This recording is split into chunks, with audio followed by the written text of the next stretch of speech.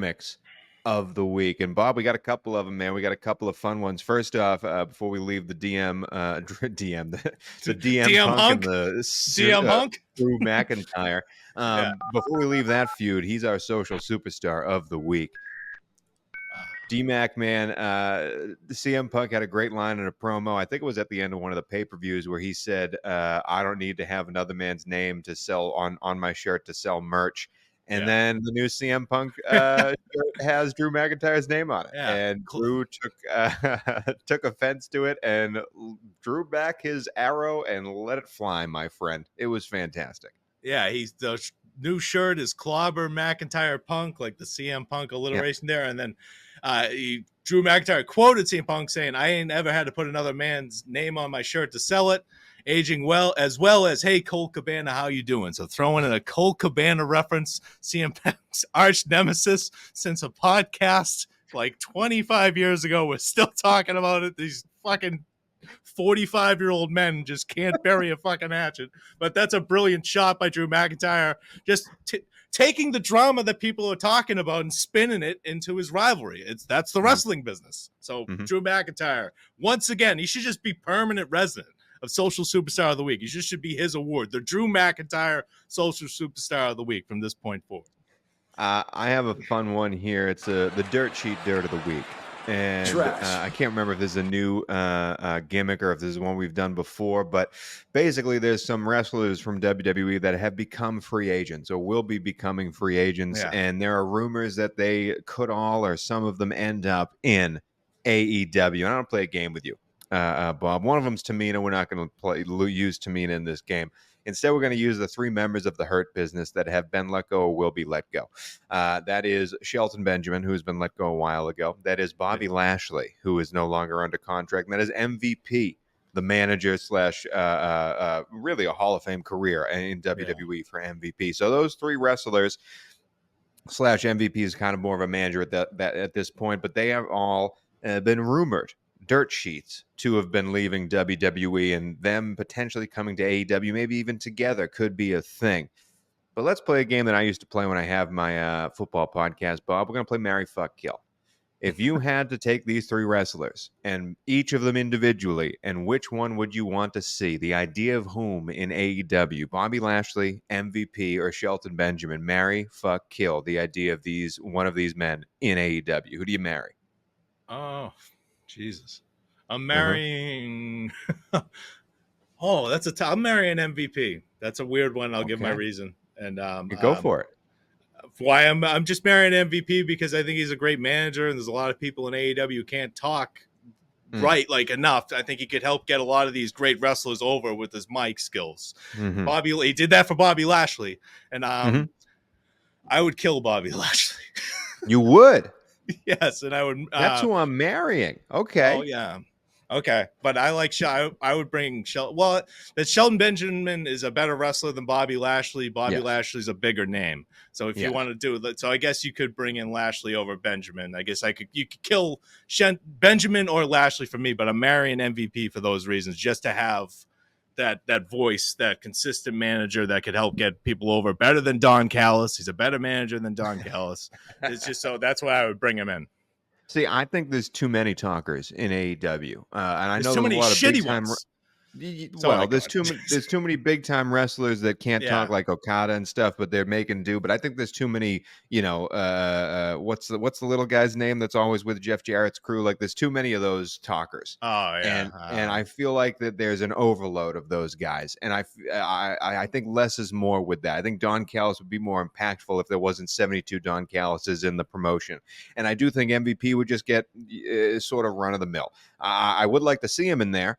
So he's the middle one for me. I'm killing Shelton Benjamin because AEW is full of Shelton Benjamins. And I like Shelton Benjamin. AEW has a million of them. And I don't think he would stand out in the least. They don't have a Bobby Lashley. And I'm not a biggest fan of Bobby Lashley's work. I don't think he's an A+ wrestler. He's a D+ talker. But again, I think him in a ring means something just Yeah. physically and could be built into a monster that AEW desperately needs. We've been trying to build Wardlow for 17 years now, and sometimes he's over and they let it fizzle out. Bobby He Lashley could, yeah. comes in, walks into a ring. He deserves a title shot against Swerve or whoever has the belt immediately. Cool. Like, he could be your Brock Lesnar, your whatever you want. Like, I think Bobby Lashley has that aura about him. And yeah, I'm marrying Bobby Lashley. I want to see him in AEW. But two more gimmicks of the week. Ideally, just before you go on, just bring MVP and Lashley as both of them, and just do Yeah, that. they may do it. They Yeah, may do it. but- They may do yeah. it. Maybe they're facing Bryan Danielson at All In. Yeah. The two more gimmicks. The debut of the week. We finally got Hologram, Bob, and I gotta say, I loved it. I loved it. Well, what did you say? It was like a policeman's vest or whatever the hell you said on the Twitter. vest needs to go. The traffic Yeah. cop vest needs to go. But other than that, I really enjoyed it. I Just thought he the did day great. of the day of the debut, I sent you a report that this is some technological marvel, and then he just comes out in a fucking dude. What the hell? Yeah, great debut. He looks great. He's a great wrestler, but like I got this report from Fightful that this is pushing the boundaries of technology, and then you see that fucking entrance. I don't know what that was, but yeah, congratulations to Hologram, debut of the week. Yeah, all right, whatever. I want to see Ricochet more than Hologram. I very much want to see Ricochet more than Hologram. And then the debut of the week ties into our jobber of the week. I told you. Before we go forward, I'm sorry, Booker T. He wants us to call him enhancement talent. We're going to be calling him jobbers from here on out. What? Dustin Rhodes. That was Dustin Rhodes. Oh, Dustin Rhodes. I thought it was Yeah. Booker T. Same old man, different saying. Yeah, I feel. Yeah, I'm sorry, we're not calling him enhancement talent, but jobber of the week this week, Gringo Loco, who lost to Hologram in amazing fashion, amazing name, amazing dreadlocks. Gringo Loco, man, hat tip for you, buddy. You did your job. Pay that man double. He did his job very, very well. What do you think Awesome. of Gringo Loco?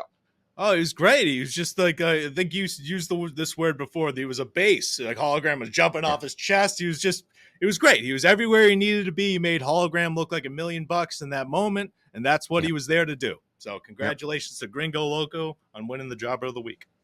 All right, let's move on now to the headlines of the week. This is how we end every single week, telling you what the wrestling world will be talking about at this point next week. Bob does WWE. I do AEW. Bob, what is your WWE headline of the week? Well, last week I said we're witnessing the final days of Logan Paul's United States Championship run. This week we're witnessing the final days of Sami Zayn's Intercontinental Championship run. They blew it at Money in the Bank by not giving it to Braun Breaker. He earned the rematch against Sami Zayn on Monday night at SummerSlam. Braun Breaker's walking out of SummerSlam as the Intercontinental Champion. That's my headline. What about you for AEW? For AEW, it's tough because a lot of this is building towards the future. But I will say the headline for next week, at least it might not be the A1 story. It might be like the C column, like turn to page 8 column. But my headline for that column is Chris Statlander beats Willow Nightingale in the Eliminator Challenge match, whatever the fuck they're called, because they're building to that towards All In. This CMLL belt will be on in Wembley, debuted at All In as one of the mid-card matches, and the way we get there is Chris Statlander winning nefariously. Stokely Hathaway might get involved, but I think she pulls one over on Willow Nightingale because I want to see this feud continue, and if Willow goes over clean, it kind of squashes Statlander's hopes and dreams. So Statlander wins. Statlander wins is the headline.